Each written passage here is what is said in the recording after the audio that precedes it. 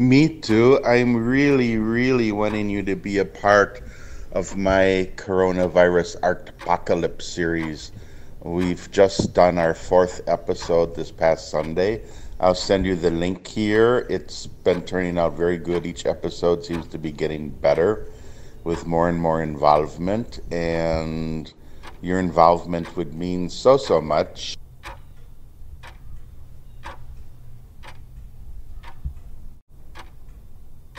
Just remember, you started off by saying your name. Hello, I'm Mithu Sen. I'm an artist. I'm based in New Delhi, whatever you want to describe yourself. You have to do that at the very beginning because I don't put text overlay for your introduction. So you send me an audio with that, then some nice audio of you reading poems, and try to find some way to work it into lockdown and COVID-19, obviously, because that's the theme of the series. So work it in somehow with lockdown and COVID-19. Okay? Me too. The best thing is you just recite your poems. You can actually send the audio to me right here on WhatsApp, is one way. You can also choose to record them on any voice recorder you might have on your phone or whatever, and then send them to me in WeTransfer, email, Dropbox, whatever's convenient. No, you're stuck at home, you're not at the studio? Ay. That's horrible. I feel sorry for you. I don't know what you have to say. You're always so good at being creative no matter where you are with poetry.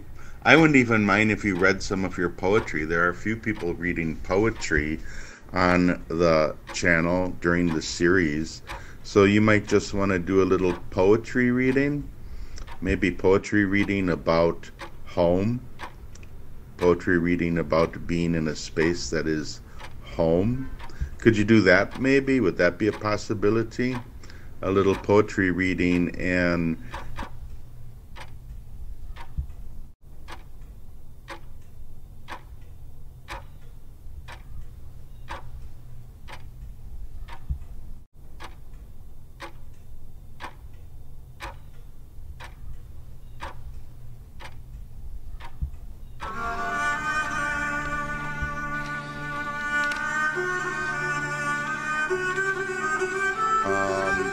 nice to have some video too, but I don't want it all to be video because generally the format is mostly audio with images.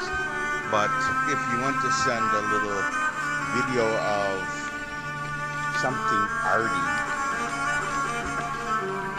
like if you have a poem about your coffee or something, you want to send a little photo, a little video of you making coffee or something, that could work nicely.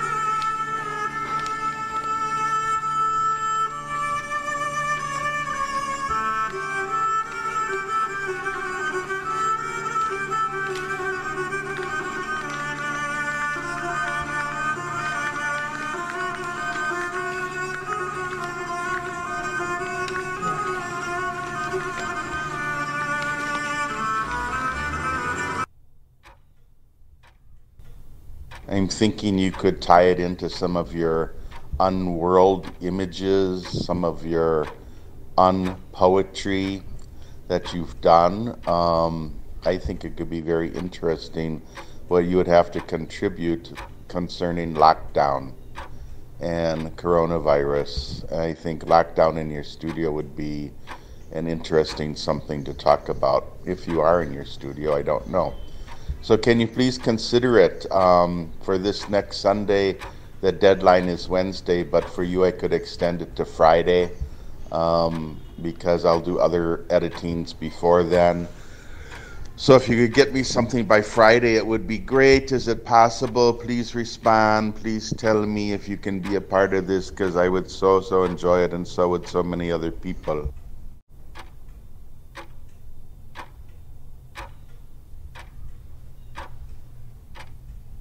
Yeah, Friday is the absolute latest because I have to finish editing on Saturday because it premieres on Sunday, and I hate being up all night Saturday night. So Friday morning is like kind of the deadline, I would say, because I'm going to need Friday afternoon to work on it. And I'm so looking forward to a contribution from my dear sweet Mithu Sen, Unworlding.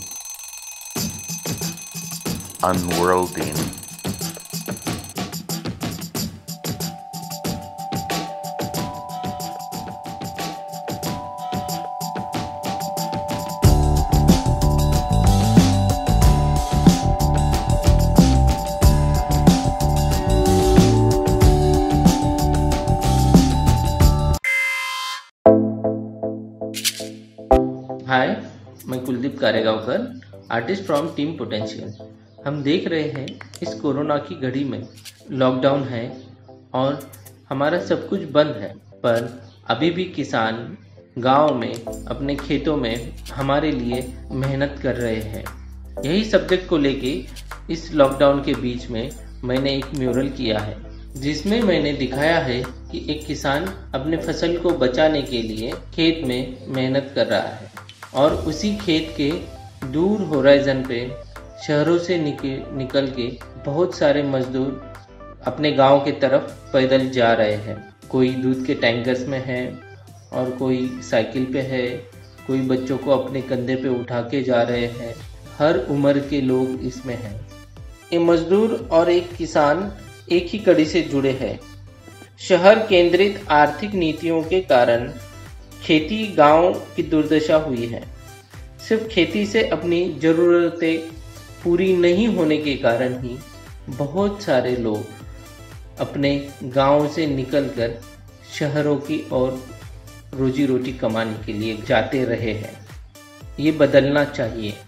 इस corona संकट ने हमें सिखाया है कि किसान और गांव को लूटने वाले कानूनों और आर्थिक नीतियों को बदलना ही होगा और हमें किसानों को मजबूत करना ही होगा।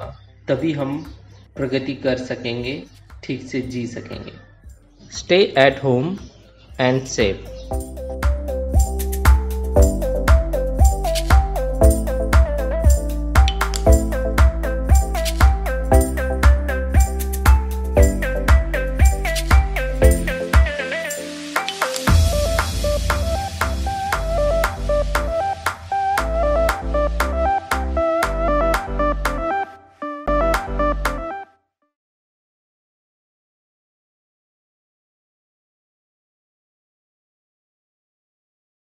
Hi, I'm Paul Abraham, based out of Mumbai, and been in lockdown for over a month and a half now, sitting at home thinking about this whole pandemic, when it suddenly struck me that we have an album of a similar event that happened last century or a century and a half ago in India, in Mumbai, and that was the great bubonic plague of the late 1890s. When I picked up this album and I started flicking through the pages, looking at the photographs, looking at the little story written in there, it was a tremendous sense of deja vu, because some of the words that were mentioned in there were quarantine, inspection, tests, frontline medical workers, sanitation, chawls and bastis, concentrated slum-like conditions, and the need for health infrastructure.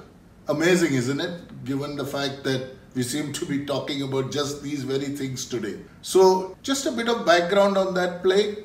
It came to India in 1896, actually started in China. When it came to India, most likely bought here by somebody on a ship. There was a lot of trade between India and China at that time. It was first discovered in Mumbai, in Mandvi, which is South Mumbai, by a Dr. Acacio Vegas, and he was the president of the Bombay Municipal Corporation.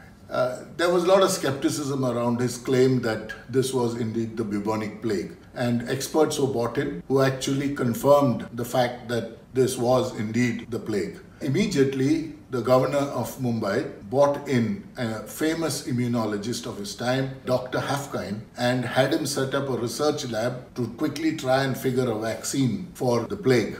This research lab was set up in the current JJ hospital, and then moved to the government house in Parel, where the Hafkind Institute of today is housed. The plague, of course, started to catch on like wildfire, and between September and December, almost 2,000 deaths a day started to take place. And it caused panic amongst the people. A lot of them started to run away and leave Bombay and go back to the villages. And of course, that meant carrying the plague into the hinterland. And the other center that exploded with the plague was Pune.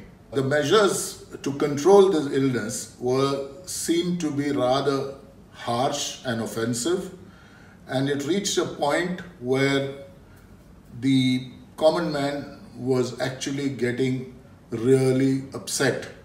And in Pune, there were two brothers, the Chapekar brothers, who actually murdered the chairman of the plague committee. His name was W.C. Rand.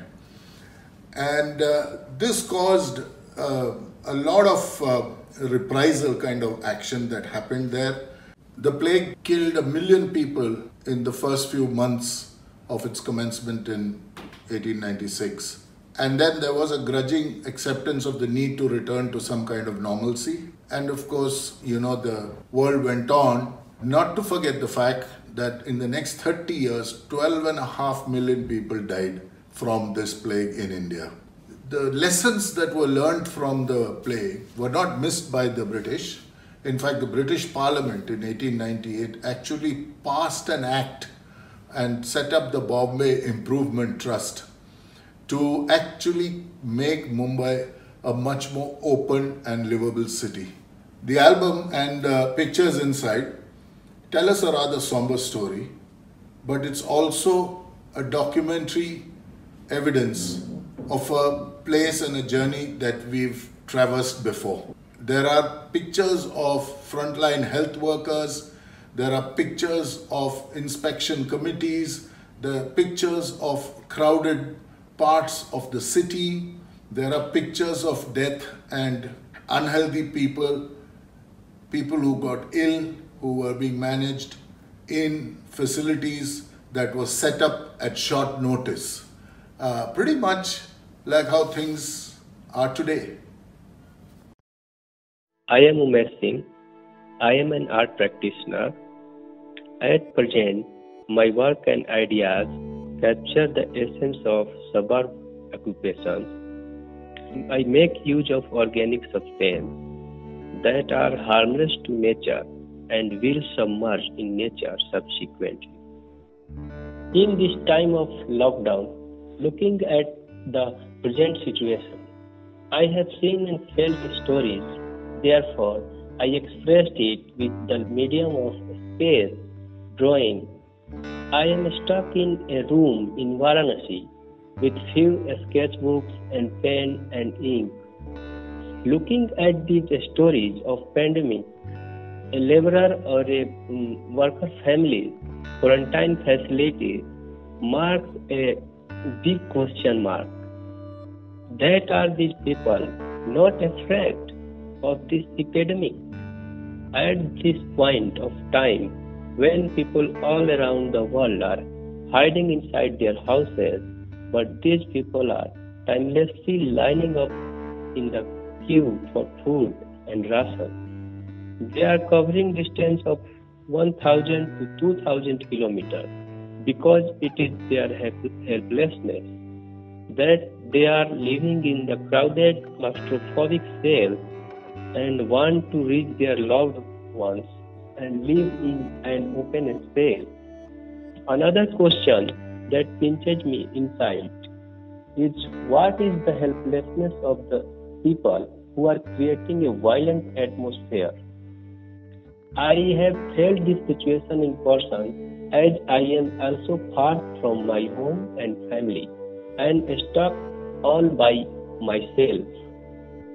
On viewing the case of 20 to 25 individuals living in the tiny room, I was inspired to draw a skeleton figures, compact crowd folk walking with the luggage on their heads, mob gathering for ration. What are the quarantine facilities for them? I quoted some people wearing masks and waiting for their main goal. That is when they will reach their home. And this period of despair, some people are getting violent. In some of the sketches, I have depicted barn which is vacant and there is no sign of intervention of human, and into it I made bone tools. I personally know many friends and family who permanently migrated to bigger cities for work, and their homes in Bihar are prone to flood, and they don't have any permanent house to live in the cities. Now in this lockdown, they have nowhere to go, as well as they are all trapped. I am eagerly waiting for the day when this world, this country will be corona negative, and all of us who are trapped somewhere in the world can go their loved ones to their houses, and once again we can get back to normal. Hi, I'm Vibha Galhotra, an artist living and working out of Delhi, a city I migrated to in 2005, believing at the time that I could build a permanent home here. Now, however, I have come to feel that the idea of permanence is a very transient, something I am even more acutely aware of during this pandemic. I feel we all are travelers in time and space. This time of surprise in the world has led me once again to revisit the fundamental question I often raise through my practice. Where do we come from? What are we? And where are we going? While we spend our time in the lockdown, in this era of climate change under the clouds of fear and vulnerability, I'm sure we all are self-reflecting inside out in our own individual capacities and thinking of negotiating with time of present and coming future. A lot of people are speculating about the future of society. While some expect the current times to lead to the birth of new sustainable environment inspired by more local and lowered consumption model, others believe, based on the economic suggestion to double shift to produce more for the consumerist economy, that the cycle of unsustainable practice shall continue, perhaps even worsen immediately after the lockdown. In my humble opinion, these times of coronavirus pandemic or biohazard are forewarnings from nature, a reminder that the current practices and system, be it political or economic, are unviable. While the global economy is crashing, leading people to fear for their livelihood, the socio-cultural effect of the pandemic are expected to result in the new kind of antagonism and inequality. Even still, despite our fear, nature breathes, and so do we. In fact, better than ever. We are increasingly conscious of fresh air, clean trees, chirping of birds devoid of the sound of traffic, clear sky, and the starry visibility of night sky. It's the end of April, but the Indian summer heat is still kind on us. The rivers have revived relatively, and there are reports of Ganges water is drinkable again. The Himalayas are visible from Punjab. Many species of insects that I hadn't seen in years have returned to my kitchen garden. Flamingos have been spotted in the lakes in Maharashtra in large numbers, and the endangered river dolphins were once again sighted in Meerut. The cohabitants of our planet are walking the streets in the absence of us. And as we remain socially isolated and distanced, news from across the world is witness to the healing of Earth. It makes me wonder when we humans claimed ownership of the planet solely for ourselves. As I now see nature reclaiming its terrain, humans are actually baffled, vulnerable, and humbled in their ignorance of the mystery of the ecosystem. The mystery of the virus, which is still unresolved by our scientific world despite post-6-week lockdown in some parts of the world is at standstill. The structures, economical, political, or social, are swiftly falling. With each passing day, our physical appearance become more and more ungroomed in comparison to the groomed, lush, bright green environment. The Delhi air, which is usually considered to be the most poisonous in the world, is now clean on the index of the air purifier. Trying to absorb these changes, during the first part of the lockdown, I took time off from creating art as I just came back from US after my solo opening. So I rather focused on the basic of roti kapda aur makan, as they say, polishing on my skills of cooking, baking, cleaning, gardening and sewing. However, in the latter part of the lockdown, I have been inspired to experiment with new skills and materials available at home due to inaccessibility to my studio. The only single time when I left home in the last 2 months was the 1 hour when I went to the studio to distribute the salaries to my staff. The experience of driving an empty road without a chaos of honking and road rage in Delhi, it was like a drive in silent paradise. However, the interaction with my studio staff revealed the dire reality of our times, where they are threatened to be beaten by the landlords or the young guys in the area claiming to be doing the moral policing or the guarding of the area so that nobody brings the virus back to the community. In this economic meltdown, which is kind of byproduct of the pandemic, where there are news of people being sacked or receiving pay cuts, the poor are bearing higher burnt. The images of them walking empty stomach for days, giving birth on roads during barefooted, often nude little kids being sprayed on by disinfectant saddened me. Our privilege seemed vulgar, almost in comparison to their dismal state. Instagram and other social media platforms are flooded with cookery classes and images of people's cooking experiment. However, food has become a privilege and good food a luxury. In comparison to the images I see on my computer and in news, the images of hungry haunt me every day and night, making me question of human ethics. I wonder how long will the lockdown go on, especially given the state of suffering of poor. Will people die of virus or hunger? Since the fear of virus is expected to last for quite some time, post-complete lockdown and even a stage exit from it won't return things back to normal. It is fascinating to think about what the future will look like, how it will affect our day-to-day decision and lifestyle, and what kind of behaviors will it bring forward. I would like to end my conversation with one of my favorite manifestos written by one of my favorite artists, Stanley Brown, which is even more relevant during these times. It widens one's imagination about the future, or rather future of the living planet. He titled it 4000 AD, so here it is.